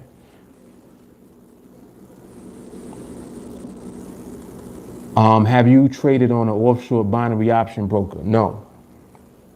Actually, I did, actually. No, let me not say that. I did trade on one of them, but it wasn't my account. Someone had let me log into their account so I could see what it was like. And I had traded traditional binaries in their account. But the overseas binary brokers be cheating, and I don't think that they are scrupulous. Just my opinion. Which is why I really love the fact that we have NADEX here in the US.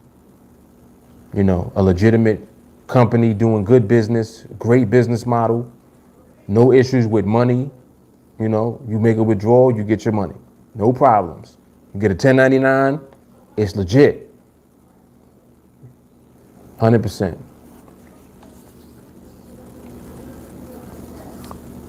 Likewise, Adam. Yes, sir. Blessings, sir.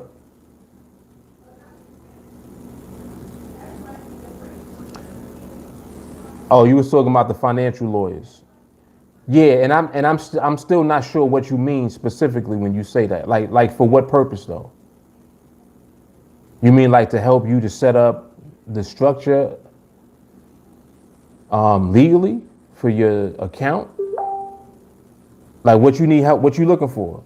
Because lawyers is if you have a problem that you don't know how to figure out. That's when you go to a lawyer. So that's why I was asking, like, for what purpose? Like, why are you looking for a lawyer? Let me turn this alarm on because this market is now closed. It's going to reopen in an hour.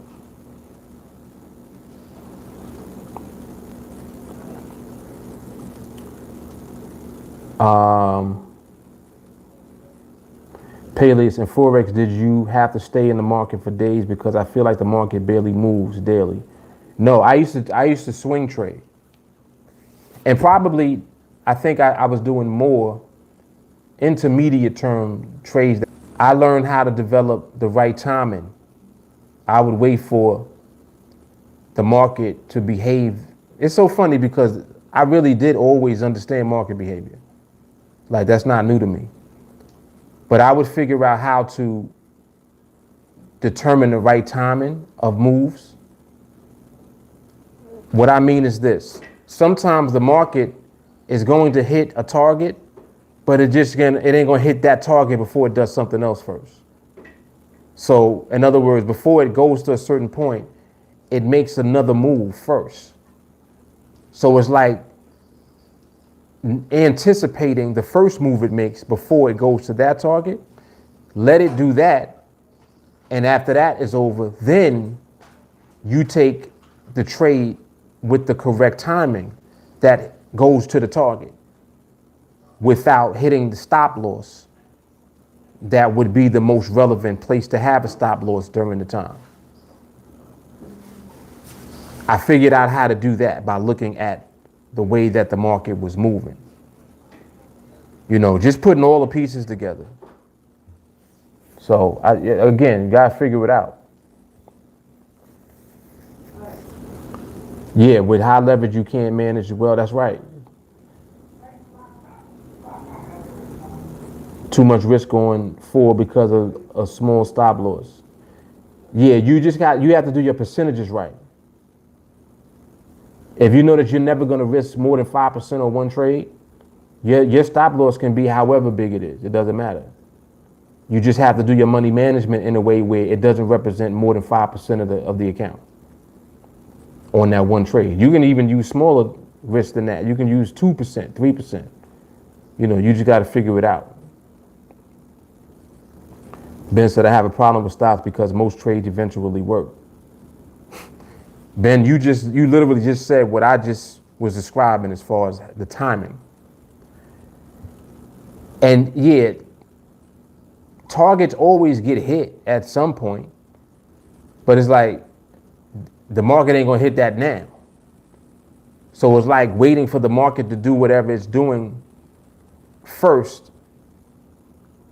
And then after that, once you can see that it's finished doing whatever it was going to do beforehand, and you don't participate in that part. Wait until after that happens and then participate in the movement to the target. So it's like figuring out how to do that. But I know that that's why a lot of people don't like using stops. So yeah, use them on regulated sites if you want. Mm-hmm. Yeah, that's what I was thinking. I was thinking, yeah, right, like a tax advisor or specifically a tax attorney. Or just an accountant, right. Exactly, yeah, so I didn't fully understand what the question was, so. But that would be my response as well.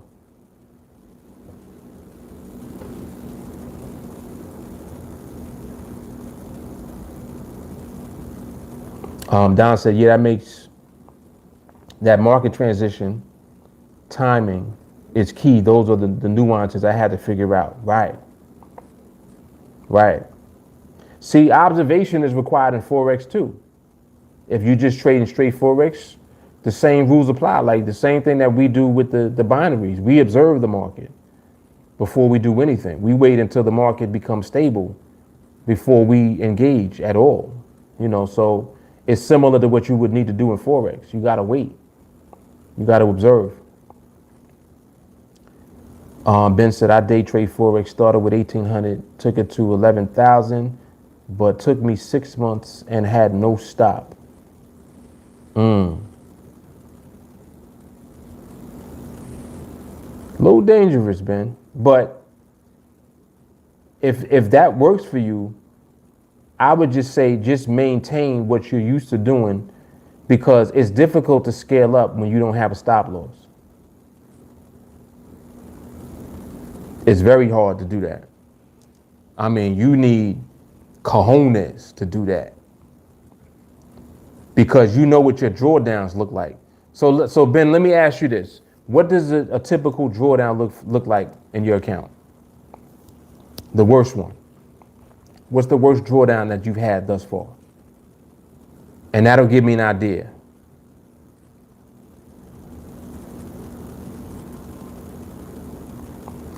Paley, I feel like the key to Forex is obviously timing and longer stop losses to give you more time on what you know is about to happen, right? 2,500 drawdown? Okay. On what lot size?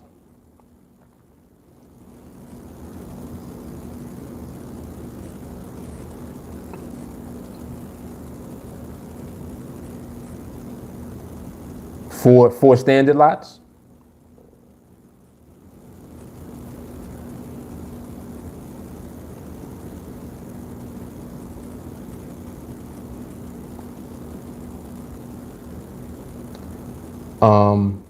Paley, short stops is like gambling. Shit, no stop is like gambling. Don, I was actually trading market tendency when I got tired of hearing something wins 90% of the time. In my mind, I believe you can always win. Come on, Don. Come on. See, Don has the right mentality because just believing that you can win all the time will allow you to look at the market the right way. You'll only be looking for when the market shows you wins. Then you study what the behavior looks like that leads to those wins. And that's how you can put yourself in alignment with the market because you're only going to see when the market is showing you what leads to wins, period. Yep. Shawnee said Ben's drawdowns was bananas. I don't care what he said. Ben said actually it was 4x4 because I got in hastily. Okay, so you had 8 contracts on that $2,500 drawdown?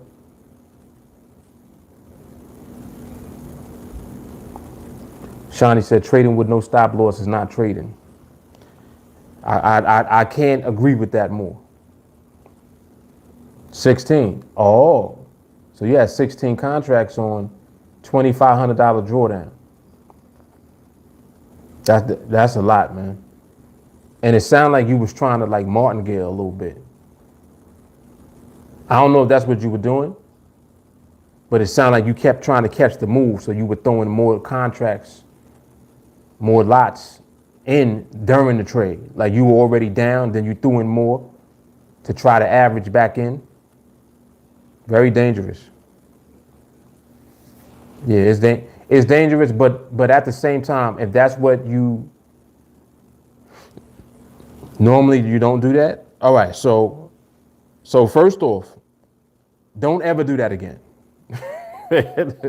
Like you can't do that because that normally I don't do that will turn into the one time that you do it and then you get slapped. Like, you know, margin call, that type of situation. You don't want to do that. Very dangerous. Yeah. So don't ever do that again. My next advice would be to try to figure out how to use stop losses because it's dangerous not to trade with a stop. It's very dangerous not to trade with a stop. Ben Martingale. Crazy. Don said Martingale was a method that originated in Russian roulette. Yep. Yes, it was. Yep. So anything that comes from the casino, we don't want that in our trading, for sure. Ben said he tried but prefers no stop.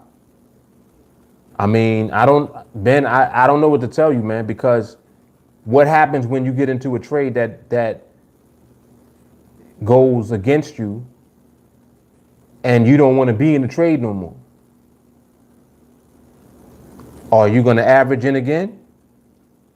You see what I'm saying? Like you set yourself up to be in the same situation where you did 4x4 and you don't want to do that.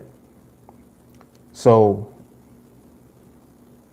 You have a max drawdown. So what happens when you hit the max drawdown? You close out the position?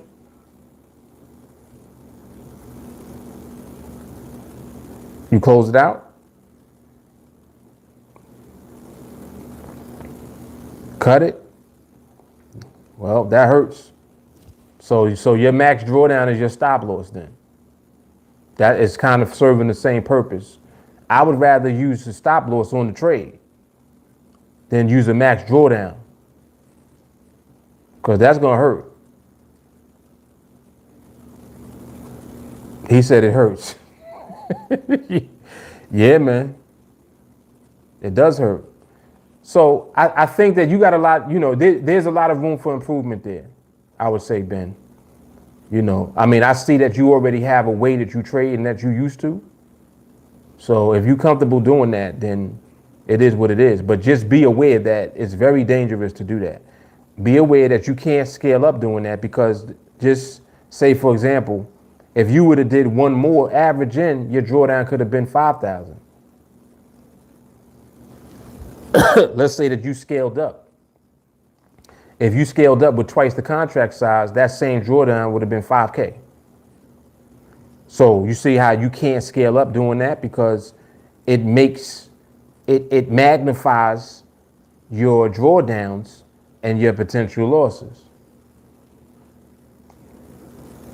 Yeah, it's worked out profitable up to now, fortunately. But you pushing it, man. You pushing it. I would rather you be more. Well, that's one way to look at it. I like personally, I just think that you can trade better than that. But I understand that like this is what you've been doing the whole time. So this is what grew your account. I get it. So just keep doing what you're doing, man. Keep doing what you're doing, and I hope that it keeps working out. Because I would hate for you to come on here and be like, damn, y'all don't want to know. Like I don't want to hear you tell me that. I really don't. But I can see that you're gonna do it anyway. I see that you're gonna just stick to what you're doing, and there's nothing wrong with that. There's nothing wrong with that. But I do want to at least be in your ear a little bit so that you understand, like, anybody can get it. The market can get it. The market will give it to you. You know what I'm saying? So, yeah, you'll be all right, though, man. You'll be all right.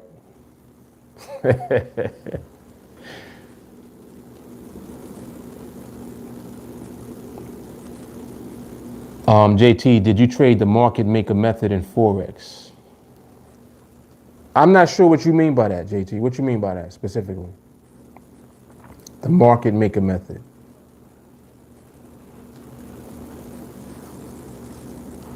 Peleus, did you manage your trades with one trade or multiple? I had multiple trades on. When I do proper risk management, I would have on multiple trades, probably like up to three to as many as 4 trades at once. And I used to be doing like no less than 2-to-1 risk reward. And I also got into the discipline of not moving up the stop. Because let me just talk about this briefly. And I had talked about this on that same live stream that I referred to earlier. There was a live I did about Forex where I was like digging in. So what I would do is,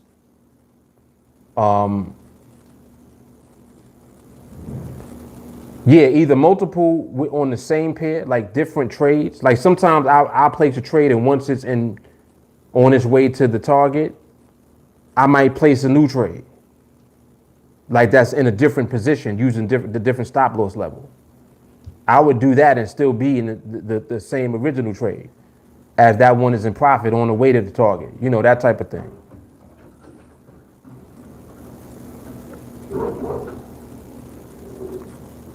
Oh, that's what, okay, M pattern. M patterns. Being I didn't know what it was at the time. Like I know what M and W patterns are now. But I wasn't doing that at the time. I really just was looking at the way that the market was behaving, like what it would do at certain levels, that type of thing. But yeah, well, I was about to say something about, moving up stops. So the one thing that I had to discipline myself to not do is when I'm in a trade with 2-to-1 risk reward, I'm not moving up the stop at all. So you got to let that whole trade play itself out so that you get the full 2. You understand what I'm saying? If you have a 2-to-1 risk reward, if you win, you will make twice as much as you've had at risk. If you lose whatever you have at risk. So if you risking 5% and you lose 5%. If your risk reward is 2-to-1, it means you're going to make 10. You got to let the trade run to 10. Does that make sense? So you got to let it run to 10% to benefit from the 10. Because if let's say, for example, that you move your stop up to break even. And let's say that it goes up as much as being at 8%, like it's at 8% and your stop is at break even. And then the price comes all the way back down and it stops you out. So now you broke even on that trade, but let's say that it came down, but then later on it went to the target after. So you got stopped at break even on the same trade that hit the 10% target. And if you would have just left it, you would have got the 10. You see what I'm saying? People will do that. They get stopped out at break even. Or they get stopped out for a lesser amount than the 10. You might start scared, like trailing your stop and it's moving up. And then when it gets stopped out, you only made 3%. So now that's a trade that represents 3% profit, but you still risk 5. If you keep doing that, you never gain the benefit of the full 2-to-1 risk reward. It requires discipline for you to do that. You see what I'm saying? That's what I was saying as far as what I had to learn. I had to learn how to become disciplined enough to let the trade run. Because if you interfere with the trade, now it's not 2-to-1 risk reward anymore. Now it ends up being whatever it is that you end up getting from that trade. You understand what I'm saying? Ben said he scalps, leaves a lot on the table, get out fast, but precision is paramount. And on rare occasions, I have that max drawdown. Man, it's crazy, Ben. It's crazy. I used to do that when I first started. I used to scalp. Yep. Like I said, I tried everything. I did everything until I realized what was the most effective and made the most sense long term for this to be a full-time career. And it definitely was not scalping. Not for me. It wasn't scalping because when you scalp, I realized that you can't have a stop loss. Like you got to have a real tight stop. And when the market is moving, it's taking their stops out. Bam, bam, bam. Yep. So yeah, that never worked for me. Even when it worked for me, it didn't work because I knew what would happen eventually. Oh, excuse me. Yep.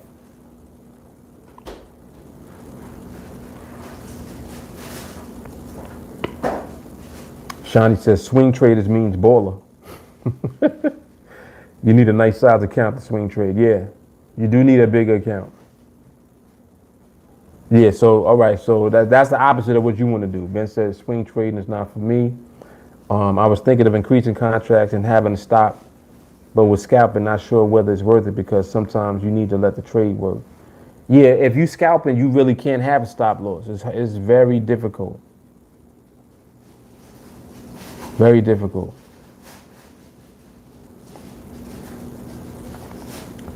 As far as the leverage, at the time, I think when I was in Forex, I was at 100-to-1. Yeah, I was at 100-to-1. Don says scalping is good, precise entries for scalping. He said, Ben, you might like 5-minute binaries.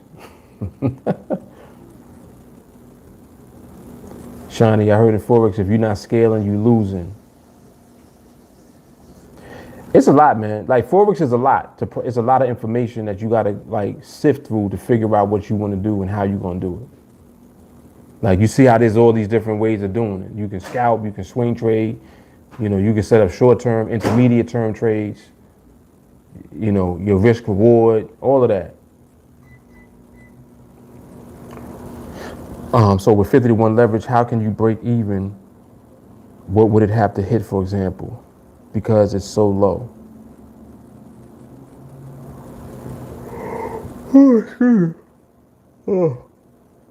I'm not sure what you're asking there. Down scalping typically held for about 3 to 5 minutes anyway. Yeah, or a good one. A good one is held 3 to 5 minutes. A bad one, you can be in all day. That joint go against you. You like, oh man. Yep.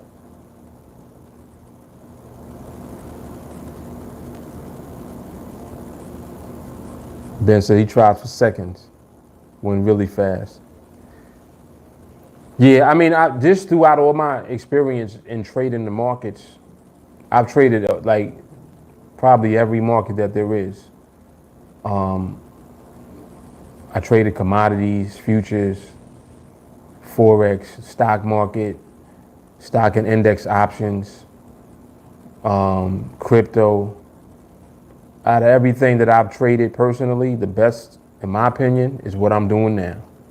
Because I feel like you can make a business out of trading the 5-minute binaries. You can create a business out of it. You can create a career and not be stressed out by just learning the process of interpreting the market and being precise with the timing of your trades, you know. And that's it. Like, there's not a whole lot else that you have to do. You see how much work you got to put into Forex. There's a lot. There's a lot of work in Forex, man. I remember vividly now that you're sparking up these memories for me. It was a lot of stuff involved with Forex. You know, I'm older now. My kids is big.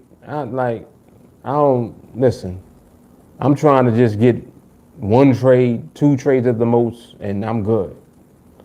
I'm not trying to be in front of the chart all day.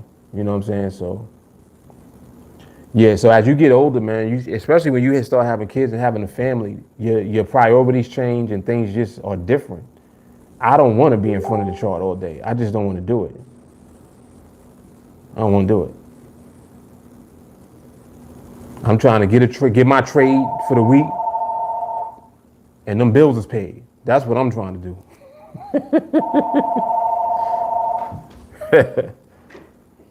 But you know, that's just me.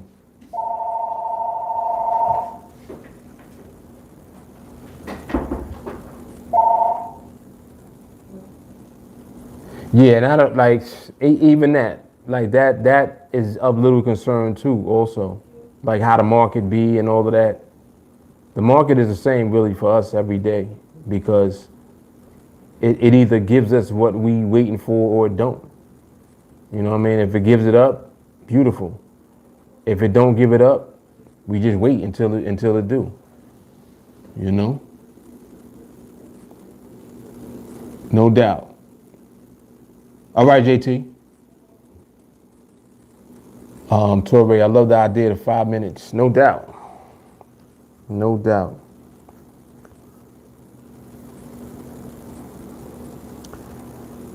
Travel trips coming up. I don't know. I kind of want to go somewhere. But if we do, it might be just maybe like for a day trip or something like that. You know, something light. Yeah, definitely. Don said Minuteman process where we at the facts. Definitely. All right, I'm done. All right, y'all, let me get up out of here. So today was what, 2? Yeah, 2 hours. All right, excellent. All right, y'all, so Ben, you'll be all right, man. Keep doing your thing, man. Keep us updated with what's going on with you. You know what it is. TeamAlliance.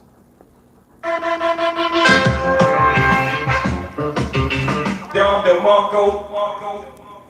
Down the Mongo.